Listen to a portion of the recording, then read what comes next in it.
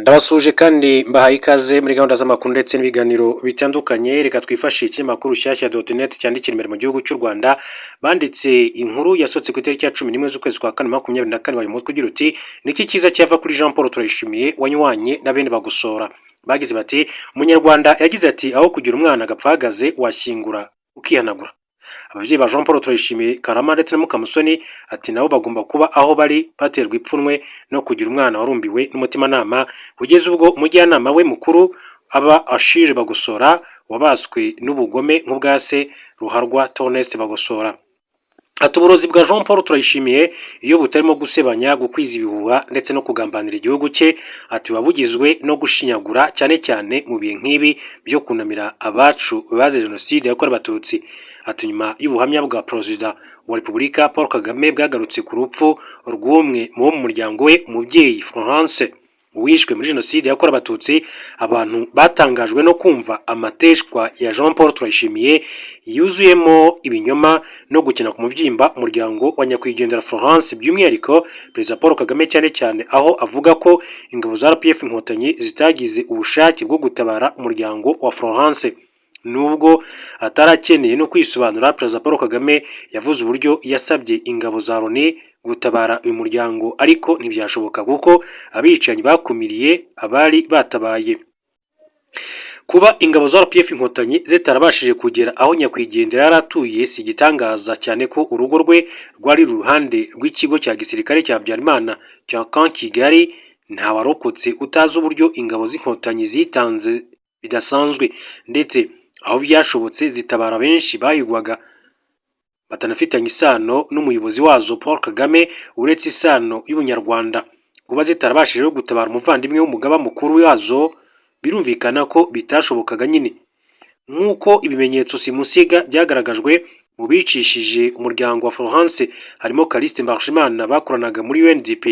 Nubwo Perezida Paul Kagame atavuze amazina y'uwo mwicanyi, abazi neza iyi dosiye ntibashidikanya ku ruhare rwa Mbarushimana Callixte widegembya mu Bufaransa. Uretse Jean Paul Turayishimiye nawe ubikorera gushimisha inshuti ze nka Ashire Bagosora, abandi bose bakurikiranye urupfu rwa Florence n'umuryango we bibaza ukuntu Callixte Mbarushimana wanabaye umwe mu bategetsi b'umutwe w'abajenosideri wa FDLR adafunze. Jean Paul Turayishimiye we ngo ubutabera bwashyize mu gaciro busanga uyu Mbarushimana Callixte nta cyaha afite. Ibihuha byose Jean Paul Turayishimiye avuga ku muryango wa Perezida Paul Kagame baba bakiriho n'abitabye Imana, nawe yivugira ko atabihagazeho, ko ibyinshi abihabwa n'abo yita inkoramutima ze. Ntitwashoboye kumenya neza ko mu bamuha ibyo bikaragasi ngo ni amakuru harimo uwitwa Teteri Agnes, umugore w'ikigarasha Gasana Eugene. Ubu Teteri akaba acuruza ibihuha nk'uko iki kinyamakuru gikomeza kugenda kibivuga.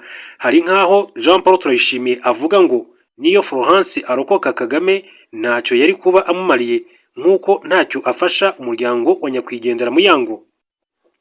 Icya mbere, uwo muryango ntiwamutakiye ko ukeneye gufashwa. Abarokotse bo kwa Muyango barifashije cyane, ndetse ahubwo uko tubazi Jean Paul Turayishimiye abiyambaje bamuremera akava mu bwoba ndetse no kububa hirya no hino, ndetse no gukomeza gusebanya ngo abone amaramuko. Icya kabiri, mu Rwanda ati ntibisaba ngo ube uri uwo mu muryango wa Kagame ngo ubone imfashanyo. Leta yashyizeho gahunda nyinshi cyane zunganira abanyarwanda bose ntarobanura, baba abarokotse jenoside yakorewe abatutsi, baba n'abandi baturage muri rusange. Aha niho ubuyobozi bw'u Rwanda butandukaniye n'ubwo abajenosideri b'ibigarasha nka Jean Paul Turayishimiye bifuza kugendera ku kimenyane ndetse n'ikene wabo. Jean Paul Turayishimiye kandi yanagarutse kuri Deogratias Kayumba, muvandimwe wa Florence waje kwitaba Imana ariko we azize uburwayi.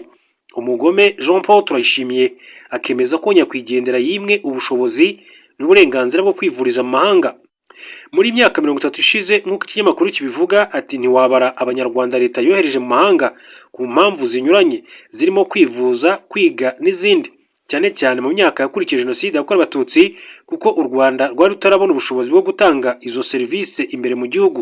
Ntiwabara kandi amamiliyoni y'amadolari yabatanzweho, kandi koko kwita ku buzima bw'abaturage biri mu nshingano za leta. Wasobanura ute rero kuntu leta yaba yarohereje abatabarika kwivuza ndetse no kwiga mu mahanga, ndetse barimo n'abakomoka ku bahebukiye u Rwanda? ikabyima umuntu nka Deogratias Kayumba wagize uruhare rukomeye cyane mu kubohora u Rwanda ndetse no kurusana. Deogratias Kayumba yabaye mu myanya y'ubuyobozi irimo kuba prefe w'iyahoze ari prefetura ya Byumba, ndetse ubwo yatabarukaga mu Buhinde muri Gicurasi 2015 yari vice perezida wa komisiyo y'igihugu uburenganzira bwa muntu.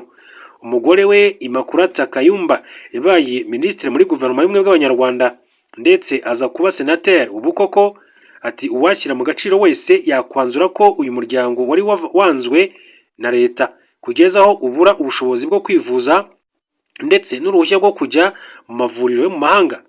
Jean Paul Turayishimiye rero ati nujya kwibeshya ko wayobya abanyarwanda ujye uzirikana ko bakuzi umuzi ndetse n'umuhamuro, nta n'umwe wabeshya rwose, ati ibyo byo ubimenye. Ati ntawe utibuka ubugome wakoze ukiri serija mu ngabo z'u Rwanda, ati nk'igihe Kayumba Nyamwasa agutuma kwica umukecuru imyaka isaga 70 mumuziza gusa ko umuhungu we El Hadji Ibrahim Murwanashyaka akaba na muramu wa Nyamwasa yanze gufasha Nyamwasa kwiba banki yitwaga Bakal.